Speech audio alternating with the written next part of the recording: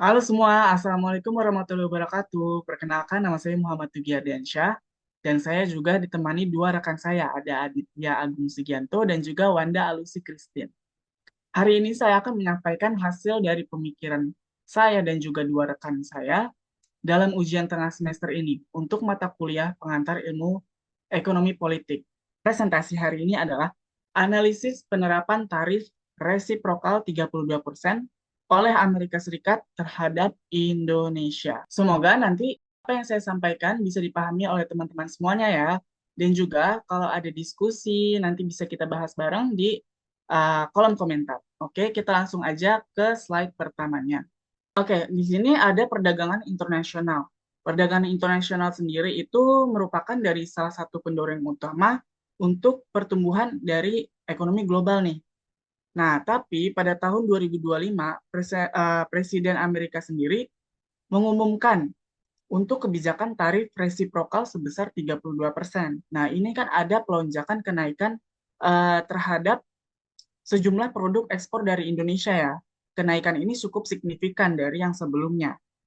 Kebijakan ini sendiri menimbulkan dari banyak banget nih faktor-faktor atau dampak-dampak yang terlihat sangat signifikan terhadap perdagangan dari bilateral kedua negara maupun terhadap Indonesia dan juga terhadap Amerika Serikat. Dan itu terlihat di antara perdagangan bilateral di kedua negara tersebut, terutama di bagian ekonomi. Nah, kali ini di presentasi kali ini aku tuh bakal ngejelasin analisis dari kebijakan tersebut melalui pendekatan akademiknya dan juga data nyatanya dan juga dari teorinya sendiri. Untuk dari latar belakangnya sendiri, jadi di awal tahun 2025 ini, Presiden Donald Trump ini menerapkan ya kebijakan dari si resiprokal ini di mana tarif tambahan untuk pajak sendiri sebesar 32% yang dikenakan kepada produk-produk dari negara-negara yang dianggap memberlakukan kehambatan nih perdagangan terhadap produk AS dan negara yang ada di dalam list tersebut ada negara Indonesia. Donald Trump ini menaiki harga impor Indonesia didasarkan dari tarif timbal balik atau resiprokal. Karena Indonesia juga menggunakan tarif untuk produk dari Amerika ke Indonesia. Hal ini dilihat dari faktor TKDN atau tingkat komponen dalam negeri dari perizinan impor. Jadi, Presiden Prabowo itu mewajibkan perusahaan sumber daya alam untuk menyimpan pendapat ekspor atau pendapatan ekspor ke dalam negeri untuk transaksi senilai 200.000 dolar. Dan tarif ini tuh dijalankan secara bertahap. Untuk tahap pertamanya nih, akan ada tarif pada tanggal 5 April 2025. Dan itu akan dinaikkan sebesar 10%. Kenapa Indonesia kena tarif impor Donald Trump sih? Oke, aku bakal jelasin nih kenapa Indonesia kena tarif impor dari Donald Trump sebanyak 32%. Jadi Amerika Serikat ini menganggap Indonesia tuh menerapkan hambatan non-tarif yang cukup tinggi terhadap produk-produk pertanian dan juga teknologi dari Amerika sendiri. Dan juga Amerika Serikat itu mengalami defisit perdagangan dengan Indonesia sebesar 9,8 miliar per tahunnya di tahun 2024. Dengan Indonesia dikenakan tarif sebesar 32% itu juga memiliki surplus yang baik untuk perdagangan antara Amerika Serikat dan juga Indonesia di tahun 2024. Jadi Indonesia tuh juga mencatat surplus perdagangan sebesar 16,8 miliar dengan Amerika Serikat di dalam ekspor utamanya terutama di bagian elektronik, pakaian jadi dan juga alas kaki. Asosiasi Petani Kelapa Sawit Indonesia sendiri atau SPKS dan Gabungan Pengusaha Kelapa Sawit Indonesia atau GAPKI meminta pemerintah untuk menurunkan nih bea ekspor dampak dari tarif baru tersebut nih dari si 32% tersebut. Mereka mengkhawatirkan bahwa dari tarif tersebut dapat mengurangi pendapatan dari si petani hingga 3%, yang itu dimana cukup signifikan bagi para petani. Dan juga mengurangi daya saing Indonesia dibandingkan dengan Malaysia yang memiliki biaya ekspor lebih rendah. Nah, kebijakan ini tuh adalah kelanjutan dari tren proteksionisme Amerika Serikat sejak 2018 dan merupakan upaya untuk menekan negara-negara mitra untuk membuka pasar mereka. Statistik produk sendiri, ekspor dan rantai pasok, ini kita bisa lihat ya. Ada sektor manufaktur Indonesia yang menyumbang 19% PDB pada tahun 2024. Ada apa aja sih? Di situ ada industri makanan dan minuman. Kontribusi terbesar dalam sektor manufaktur meliputi pengolahan hasil pertanian, minuman ringan, makanan kemasan, dan produk ekspor seperti kelapa sawit dan juga turunannya. Juga ada industri kimia nih. Industri kimia ada farmasi dan juga obat tradisional, termasuk produksi bahan kimia dasar, pupuk, obat-obatan, dan juga kosmetik. Strategis ini mendukung sektor lain seperti pertanian dan juga kesehatan. Jadi juga mereka ini yang menyumbang 19% dari hasil manufaktur tersebut. Dan ketiga, ada industri alat angkutan atau otomotif seperti mobil, motor, komponen otomotif, itu juga termasuk dalam 19% tersebut. Komoditas ekspor utamanya itu ke Amerika Serikat ada tekstil sebesar 23%, alas kaki sebesar 15% yang kalian semua bisa lihat ada di tabel tersebut, produk, nilai ekspor, dan juga kontribusi.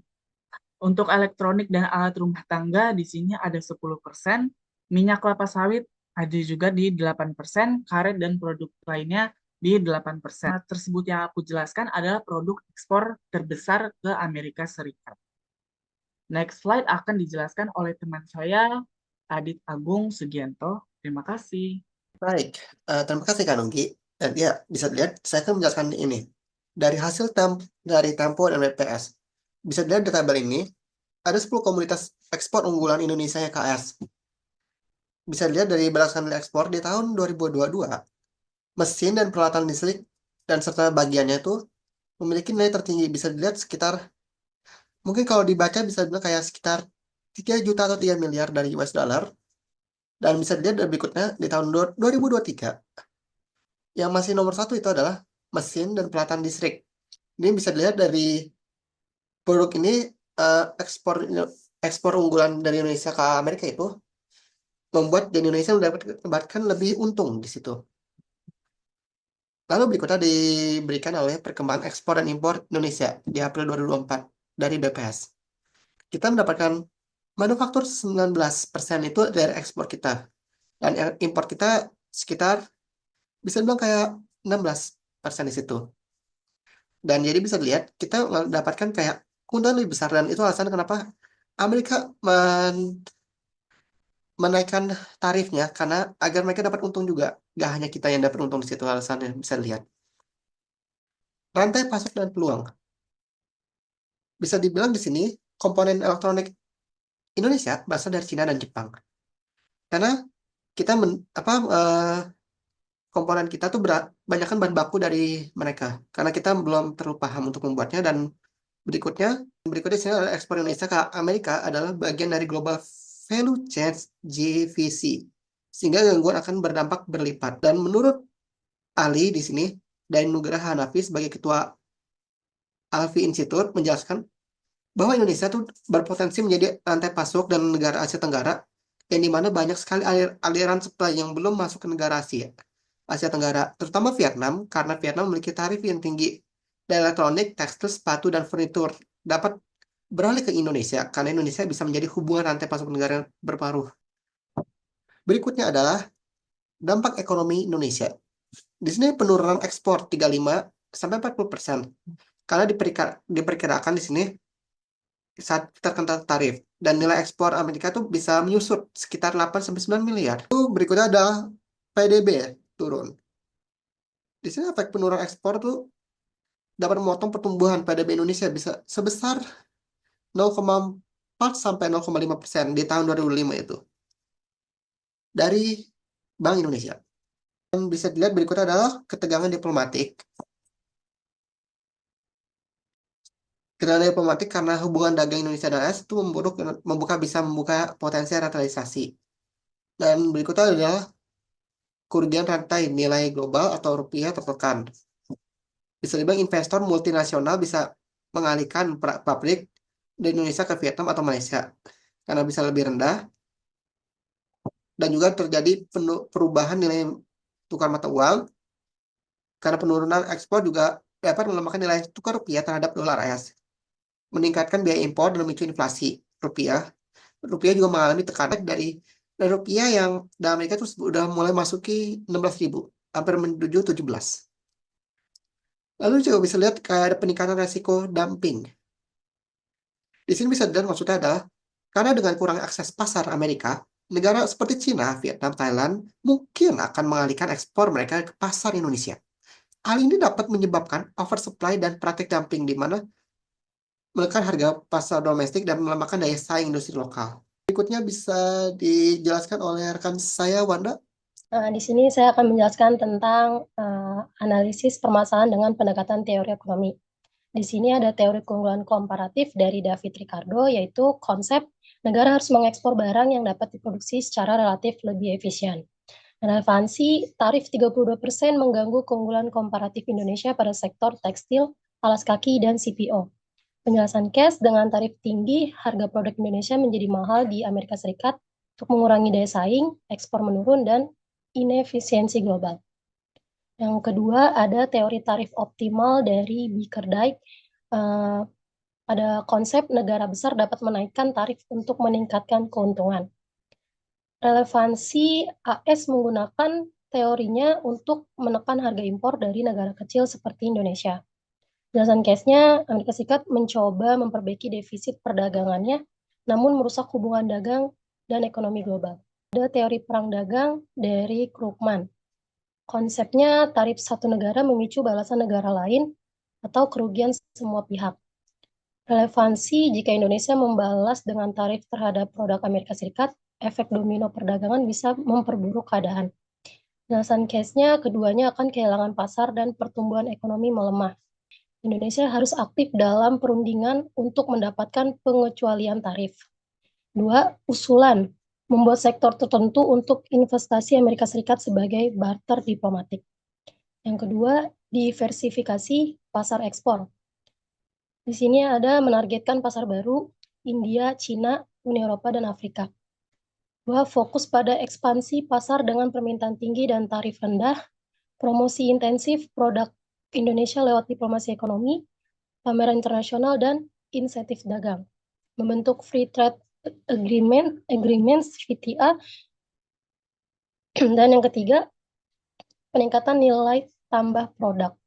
Di sini ada alihkan produksi ke produk berteknologi tinggi atau produk niche yang sulit digantikan. Ada reformasi internal, deregulasi untuk mempermudah investasi asing dan domestik di sektor ekspor. Dukungan fiskal seperti subsidi ekspor, pelatihan tenaga kerja, dan infrastruktur logistik. Di sini ada investasi dalam riset dan inovasi untuk membangun daya saing jangka panjang. Terapkan pengawasan impor ketat dan peninjauan tarif masuk terhadap barang dari negara lain, terutama yang melakukan dumping. Gunakan kebijakan safeguard untuk melindungi industri strategis dari limpahan produk asing. Tinjau ulang daftar produk dengan fasilitas tarif rendah bagi negara pesaing, yaitu Vietnam dan Cina. Tujuannya untuk menjaga stabilitas industri dalam negeri dari efek limpahan dan praktik curang.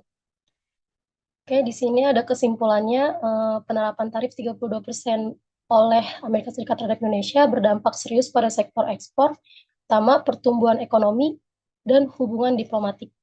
Analisa dengan teori perdagangan menunjukkan bahwa kebijakan tarif ini merugikan efisiensi global dan bisa berujung perang dagang. Indonesia harus cepat beradaptasi dengan negosiasi perdagangan efektif, diversifikasi pasar dan produk, peningkatan daya asing, reformasi struktural ekonomi. Kebijakan proteksi harus dijawab dengan diplomasi cerdas dan reformasi internal untuk menjaga pertumbuhan ekonomi Indonesia tetap kuat di tengah tekanan global. Sekian, terima kasih dari presentasi kami, analisis tarif resiprokal 30% oleh Amerika terhadap Indonesia. Sekian, terima kasih. Assalamualaikum. Assalamualaikum warahmatullahi wabarakatuh. Terima kasih semuanya.